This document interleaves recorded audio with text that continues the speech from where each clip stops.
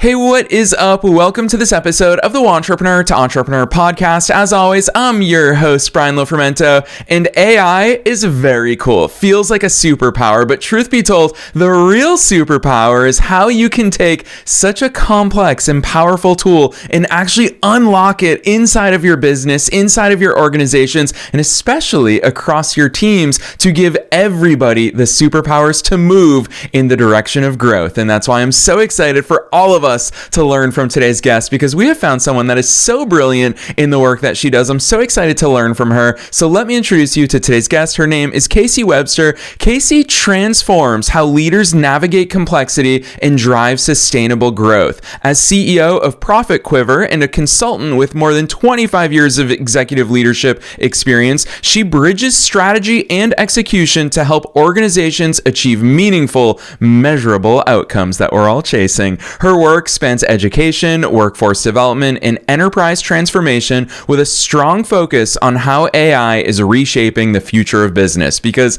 let's face it, it is reshaping the future of business, of work, of society, of education, of so many different facets. And that's why I'm so excited to tap into Kacy's vast expertise, because she's got some valuable insights. I know she's going to change the way we think about how we can utilize AI, not just for ourselves, but inside of our organizations and teams. So I'm excited about this one. I'm not going to say anything else. Let's dive straight into my interview with Kacy Webster.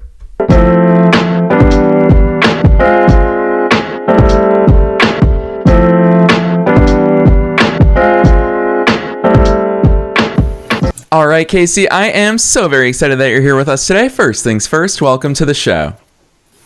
Thank you for having me. Nice to meet you, Brian. Looking forward to talking to your followers today. I will say, I teased only a little bit about your brilliance. I didn't give everyone the full bio at the top of this episode because you have so many accomplishments throughout your professional career, and I'm very grateful you've brought it to entrepreneurial endeavors as well. So, Kacy, let's start with you. Take us beyond the bio. Yeah. Who's Kacy? How'd you start doing all this cool stuff? Well, it's funny when I talk to people, I often say I can be a lot. I have been a positive disruptor my entire life. As a child, as a teenager, was always intrigued by being creative and problem solving and understanding how we can do things in alternative ways. So I would say growing up with that type of spirit has been a little entertaining for those around me. I've always grown up in education and innovation professionally, brought a lot of my creativity to moving brick and mortar higher education campuses to online through that digital transformation. I've been a lead business strategist.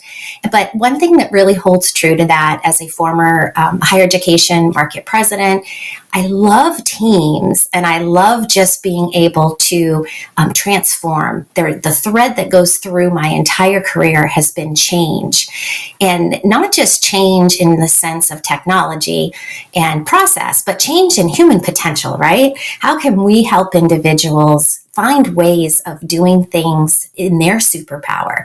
And really the pivotal point, I would say, in my professional career is realizing that technology isn't ever the problem. It's the mindset and the alignment and helping people navigate and see how they can use solutions in order to do great things. Yeah, I love that overview, especially because, Kacy, I don't think I've ever heard anyone say that term before. You are a positive disruptor throughout your entire life. I love that because it's also a natural segue for AI is a very big disruptor. And if we use it right, it can also be a positive disruptor. Walk us all the way back to your first glimpse into saying, wait, hold on. AI is something that's not going away. I'm going to be part of this change and part of this transformation. Yeah, it's interesting because in life, I think there's this evolution of reinvention as people. And professionally, I've never really been afraid of kind of going where the market is going and going where technology and just I kind of feel the vibe of, oh, hey, there's a change happening. And I would say I've always done consulting while in parallel to my corporate jobs. And the aha moment for me was really starting to see that, wait a minute, this AI is truly a steam engine moment. We are at a pivotal point in our marketplace and in our history. And what I realized was I'm not going to be able to deliver value to the clients that I serve. I'm not going to be able to deliver value to any employer that I serve, and honestly serve myself with new tools. I named my company Profit Quiver. And probably a little bit bold. People are like, wow, she's got profit in the name of her company. And that was intentional because I believe in results, and our businesses, whether it be nonprofit or for profit, educational institutions, results matter. And I wanted to be bold about that. As a kid, I liked archery. So the whole idea of having arrows in your bag, and if you are going to reach your targets, professional or personal, you really want to be able to pull the right arrows from that quiver. And that can be, from a metaphor standpoint, that can be mindsets, that can be attitudes, that can be technologies, AI solutions. And so I knew that I needed to upskill, and honestly, people that I care about in my life, they're like, what are you doing reinventing? And so recognizing the market is going there, and if not me, then who, right? I love being a problem solver. And so reinventing and getting those certifications in AI, and kind of challenging myself to kind of go where that market's going and helping people. I want to leave this part of my career I like to say I have a good 20, 25 years left in me. And I want to be able to leave a legacy of impact and really help. There's such a gap and a need in the market. And not everybody handles change as well as I do. So why not give it a try and support people? Yeah, I love that insight and really how much of your entrepreneurial perspective you're sharing with us in that answer. I want to go directly into Profit Quiver because, Kacy, I told you off air before we hit record, I've seen you articulate some of these concepts in ways that it's so hard to articulate what we do as entrepreneurs. I've been an entrepreneur for 17 years now, and still to this day, probably one of my least favorite questions is, so what do you do? It's such a hard question to answer, but Kacy, you wrote somewhere, I love this. I'm actually just going to read it for listeners because I want to hear you go deeper into here. But you said, I like to refer to myself as a growth partner to visionary CEOs and business owners who want to transform their workforce into tomorrow's elite, helping teams be more productive, more strategic, and more innovative. It's a really cool mission that you're on, and I'd love for you to take us behind the scenes into all the various ways that Profit Quiver does that, because I love that analogy as well, of that sometimes it might be mindset, sometimes it might be tech, sometimes it might be strategy. Introduce us to Profit Quiver. Sure. Well, I think first of all, starting the company, as someone who has always led with people and human potential, I didn't want to buy into the mindset that AI has to displace people. Now, the reality is that jobs are transforming. And we know that it's human nature. There's this social adoption curve to innovation, right? And there's a spectrum. And you've got people maybe in a phase of mockery and ridicule, and we're trying to move them, maybe there's debate and engagement, but eventually it's predictable. We know that everybody is going to go through this social adoption curve. And so where I was sitting, it was thinking more about how can I differentiate our brand and really be bringing human first AI adoption. And there's all kinds of theories and frameworks. We created the AIM framework, and it stands for align, integrate, and multiply, maximize. And so when we work with businesses, we're always starting with the mindset of, where are the 4 pillars, right? Our 4 pillars, it's vision, it's mindset. Where are you trying to aim your business? Where are you trying to go? What are the strategies and the systems that you currently have? And how can we future-proof your strategic roadmap with new technologies? Where are those possibilities? Understanding the culture and the capability. Not everybody has the talent that they need in-house. In fact, a majority of businesses do not. We also know that execution and implementation, if you're not bringing your people along, the statistic out there right now that says a big 90% of AI implementation adoptions fail. And it's not because of the technology. It's because of the people not wanting to use it, because of the fear and just the adoption, not leading with people first. So I go into a business any sector, and we just start having conversations about where are you trying to go, what are the targets you're trying to do, and then I do what's called a future ready assessment, and we start asking the questions. What's interesting, Brian, is that the biggest challenge right now with this AI era isn't that people don't recognize AI is inevitable. It's the human nature of finite thinking. It's this finite to infinite thinking that has to happen. And people just think too small. It's kind of like I talk about this often. They'll say, oh, I use ChatGPT. And it's kind of like, I have a grandson and he had a birthday party recently. It's kind of like ChatGPT is they've used one sprinkle on a birthday cake that's covered with thousands of sprinkles, right? It's enormous, the opportunity that AI can bring to efficiency and effectiveness of an operation. And ultimately, we're just trying to really the profit equation of using AI. It's making sure that you are going to be able to compete in a whole new world of work. Yeah, I love the way you articulate that. So much of the way you talk about these things so deeply resonates, and I think it invites all of us to think bigger. You brought up such an important point that I think we in entrepreneurial circles, we need to have this conversation more, and we have to have them publicly. So I'm grateful for you coming on the air today, because I often say on the air that if we ask small questions, we find small answers. If we ask big questions, we find big answers. And I once heard a psychologist talk about, when they talk about prison reform, to use this as an academic example, if you ask small questions about prison reform, oh, how can we make life better for prisoners? Okay, you'll find some small answers there. But if you ask a big question of how can we make prison reform to the point so that a year after getting incarcerated, prisoners are ready for the real world. Well, holy cow, 1 year. I mean, we've got long sentences. That's such a big question that requires you to think outside of the box. So I'm totally going to put you on the spot here, because I love that bridge you're painting for us of going from finite thinking to that more infinite, that limitless thinking. And I love that you called out the ChatGPT example, because I cringe to this point when I see so many entrepreneurs saying to ChatGPT, oh, give me a 30-day social media calendar. It's like, do you know how powerful this tool could be if we use it that way? But of course, we don't know all the things that we don't know. So what does that process look like? How can we invite people to level up their thinking and think limitlessly about how they can use AI? Yeah. Well, I think first and foremost, I am getting ready to start some advertising and launching. I signed a partnership with a gentleman who is also a consultant, and him and I have created some joint IP that's called the Precision X system. And what it does is he does mindset innovation consulting, and I bring my leadership and mindset work and AI. And we are going into businesses hand in hand and checking out really this idea that you cannot lead with just technology and AI. You want to lead with people and using the tools.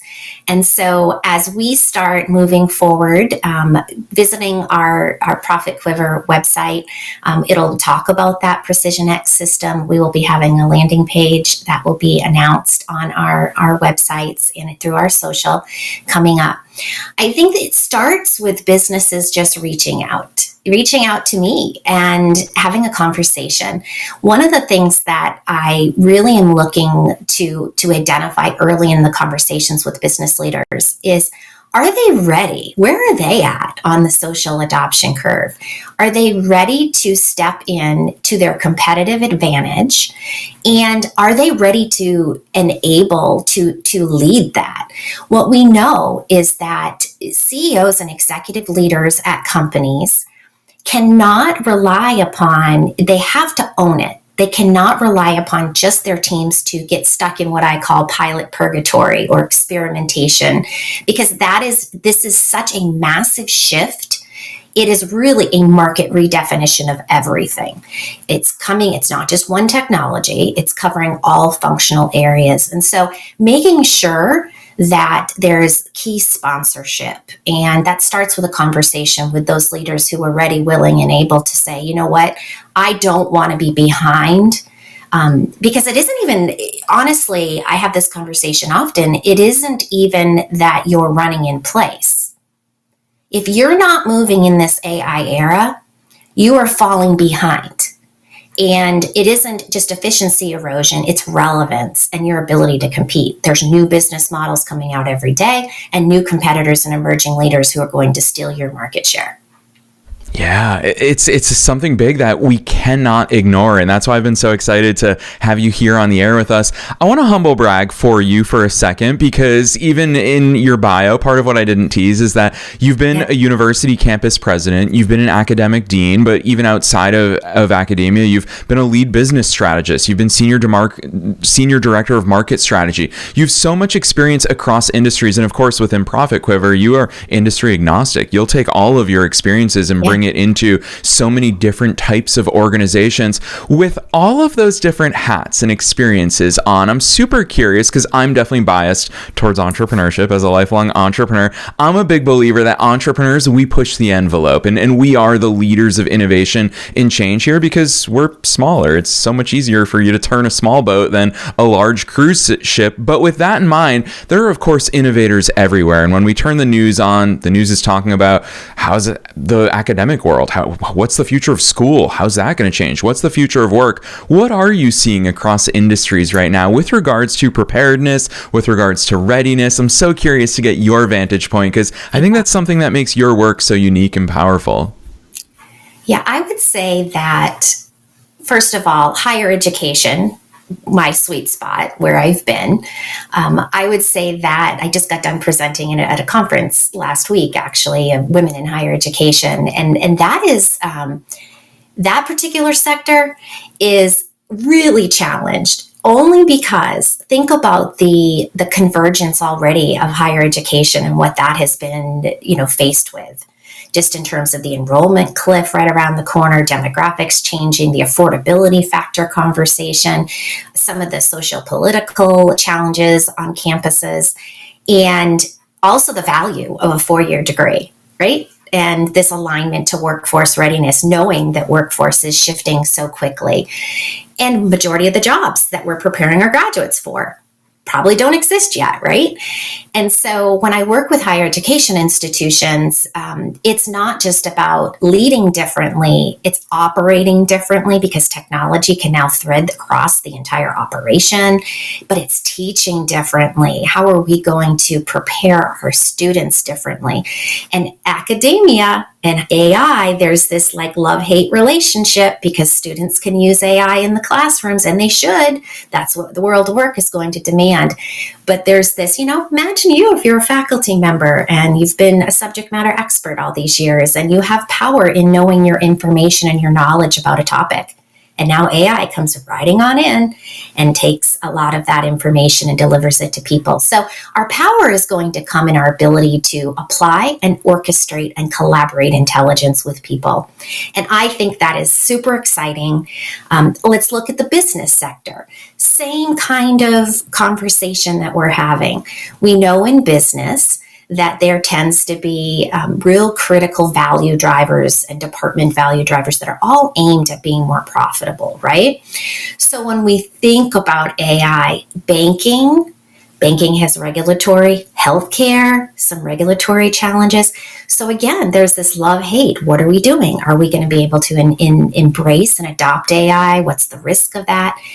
What I would say that I'm really clear about when we talk to our clients and potential clients is that standing still is the riskiest strategy of all, because I can guarantee that people in your teams are probably starting to use it.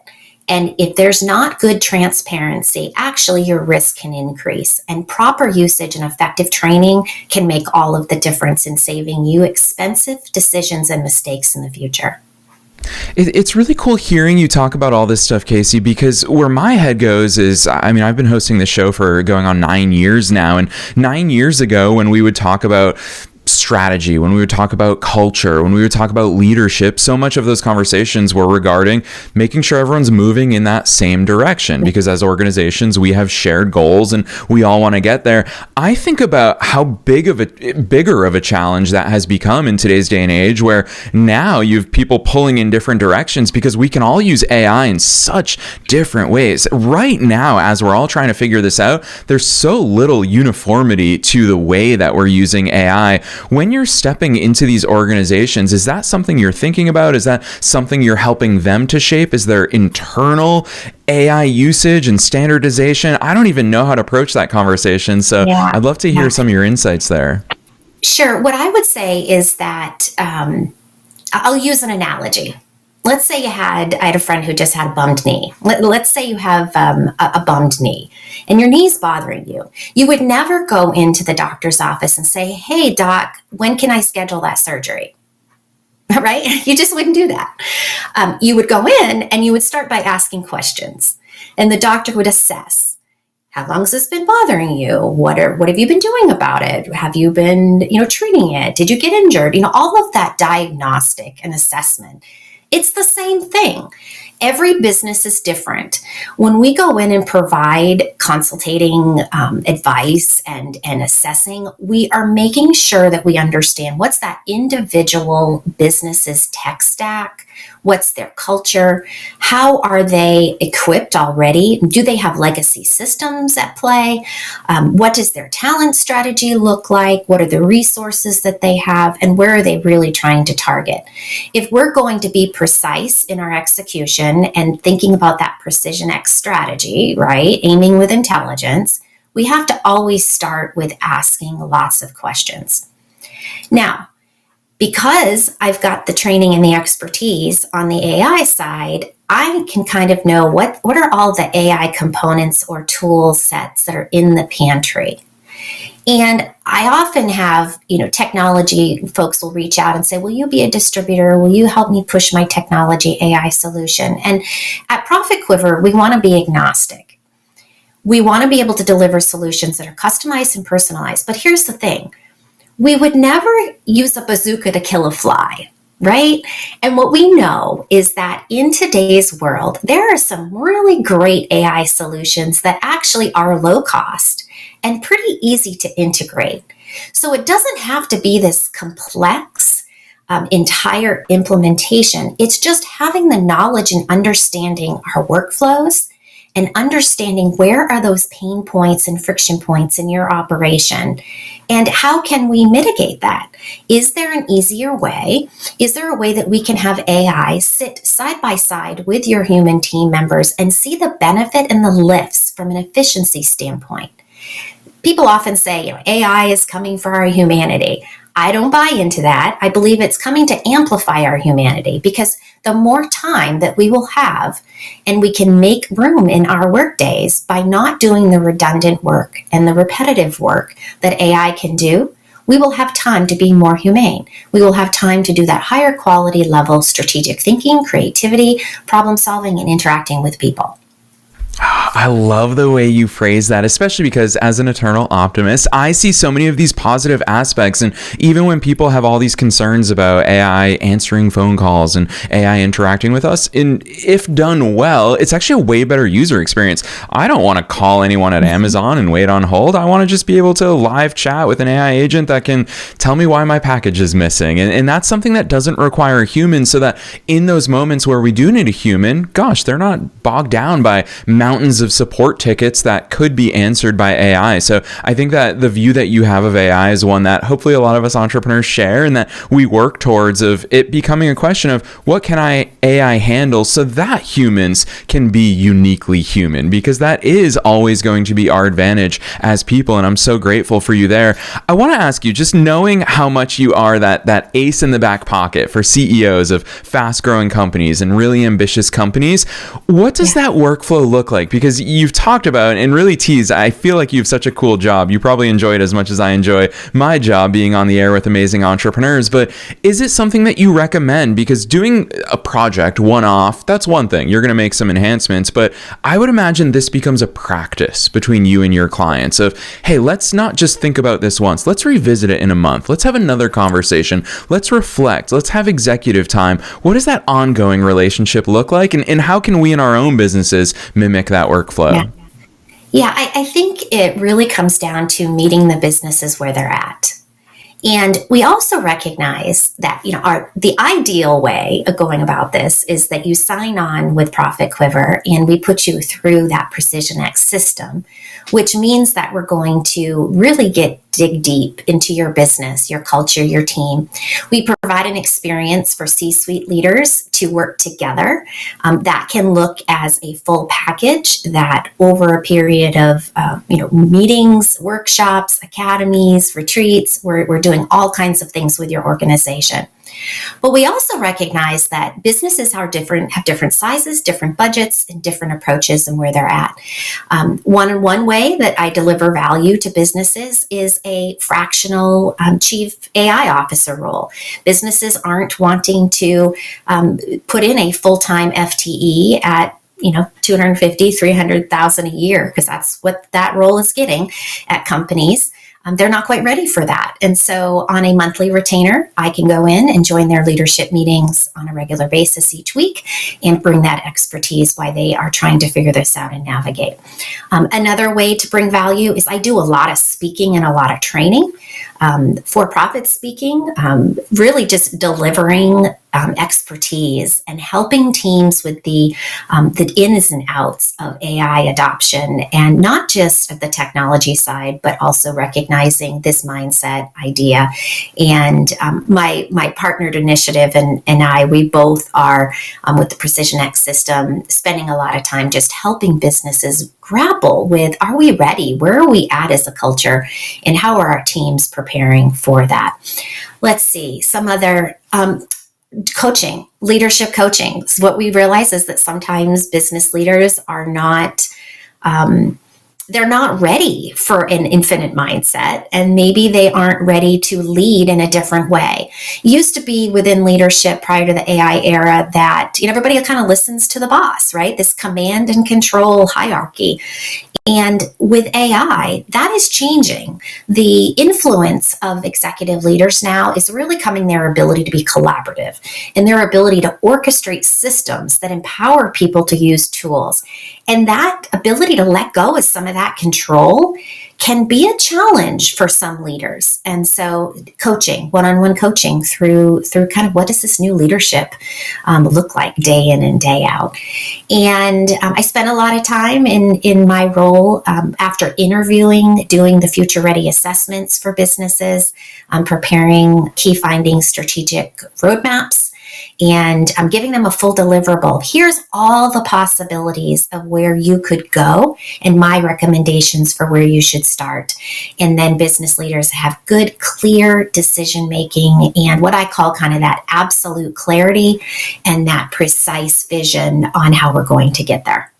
Oh, I love that. Kacy, so much of your work, I've said this quote on air before, and I'll say it again because your work really reminds me of the Albert Einstein quote where he said, if you want to impress somebody, make it complicated. If you want to help somebody, make it simple. And it's so clear that bringing all of these complex things down to simple and actionable takeaways right there. I love, you called it out really early on in our conversation today that you put profit in the name of your company for that reason, is that you have an eye on tangible, measurable outcomes. And I so appreciate that. So I knew that time would fly by with you today. I've got to put you on the spot one last time. It's the question that I always ask at the end of these sessions, and it is, what's your best piece of advice for listeners? Knowing that we're being listened to by both entrepreneurs and entrepreneurs at all different stages of their own growth journeys, and very much knowing that you are one of us as a fellow entrepreneur, what's that one thing you want to leave them with today? Yeah.